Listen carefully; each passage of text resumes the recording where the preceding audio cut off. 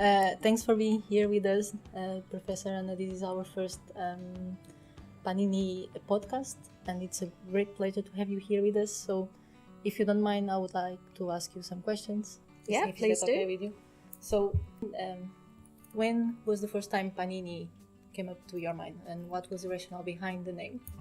Okay, so a few years ago I was involved in another Marie Curie International Innovative Training Network, and that was part of the FP7 project that the European Commission ran, and it was called NINA, and it was about neuroimmune networks in ageing, and there was a lot of biology in that, and neuroscience, and it was really interesting, and I'm very interested in ageing. Most of my research is in ageing.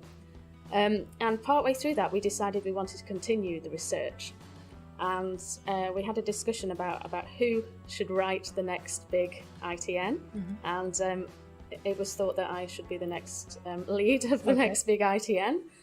So I took on that role and started drafting out a follow-on to Nina, and the original version was called Selena, and it had a lot more stress research in it, which is another thing that is one of my key areas.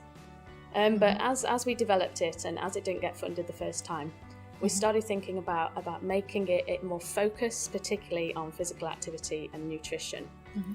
So that's how we changed it to focus on that, and came up with the acronym PANINI, because a good acronym should also be a word, not just a string of letters. There was a mixed response. Some people thought, oh no, it's a terrible acronym, and the Italians thought it was brilliant. Of course. And I think we should go with this, but it was actually on the third attempt that we got funded. So there was the Selena that didn't get funded, there was PANINI 1, and then what I call PANINI Rebaked is the one that finally got funded. Okay, interesting story, because the first question everyone asks me is why PANINI, because everyone thinks about either the stickers, because in Portugal we have that, PANINI stickers, or the food, the sandwich. Yeah. Okay. So, what do you expect from this project? What are the main outcomes for you? I've got really big expectations of PANINI. It's more than just a training network. So, obviously, one of the key things is to train up 11 really great PhD students who get a completely different experience to what I had and to what many of the supervisors had. Much more opportunity for collaboration across the network, for travel, much more specific training from experts in the field.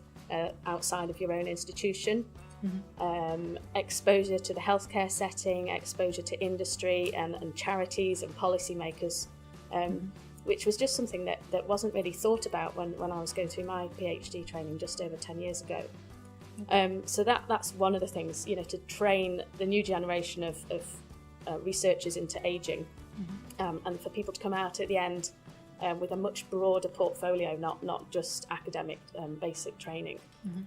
But then we have other goals as well. So dissemination is a massive thing, and it's a very important thing for the European Commission, that you don't just do cutting edge research, although of course it should be, but that you also get that out to the public and say, how does this research actually make a difference in our everyday lives? So we have some big plans in terms of dissemination, which we've talked about earlier in this network meeting. And then I've also got big plans in terms of follow-on. So one of the things that we added into the grant proposal really early on was the idea of standardizing measures as much as possible across the network. So we came up with the idea of the PANINI toolkit, where we're trying to standardize or at least harmonize measures of physical activity and nutrition, and some other important variables like sociodemographics and some psychological variables. That's the toolkit that everyone's going to try and utilise as much as possible, and we'd then like to make that available and develop that, and I'd like to validate it in a future follow-up study if we can get that funded. And the other outcome is a big open access shared data set from the data collected within PANINI, and also with permissions some of the prior data sets that we have access to as a consortium. And I think that'll be a really useful tool, not just for the PANINI group, but also for people outside that are interested in similar research questions. And other researchers who want Absolutely. to build on this. Okay. Yeah. So the last question, is there any funny story associated with PANINI? I know we have started in September, but Is there anything you would like to share with us? Oh, there are so many funny stories to do with Panini.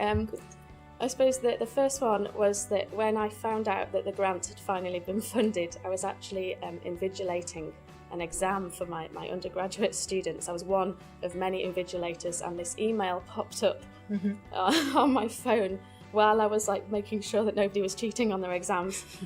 That sounded like we'd been funded, but wasn't absolutely clear. And I was so excited that this had finally happened, but of course I couldn't say anything because it was like dead silence of the exam, and had to wait 3 hours before I could jump up and down outside.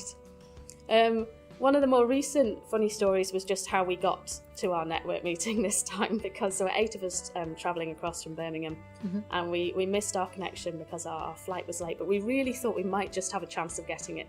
So we sent the Panini boys, who are our 3 strapping lads who work in Birmingham on Panini, and we sent them running all the way through the airport while we carried on running sort of as fast as we possibly could behind to try and get this plane. And we all got to the gate, but it had already gone. So yeah, that is a sad. It's a sad story. Funny story. Okay. Yeah, it was quite funny that we all arrived and we're all out of breath, and the plane had gone anyway. But yes, so then we took over one of the bars in the airport and bought most of the buffet to keep us going for the next 7 hours. But no, I'm sure there'll be many more funny or interesting things happening during this grant.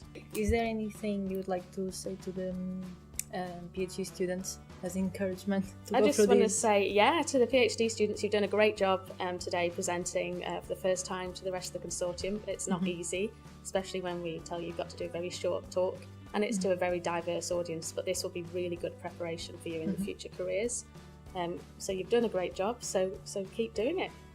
Thanks. Okay.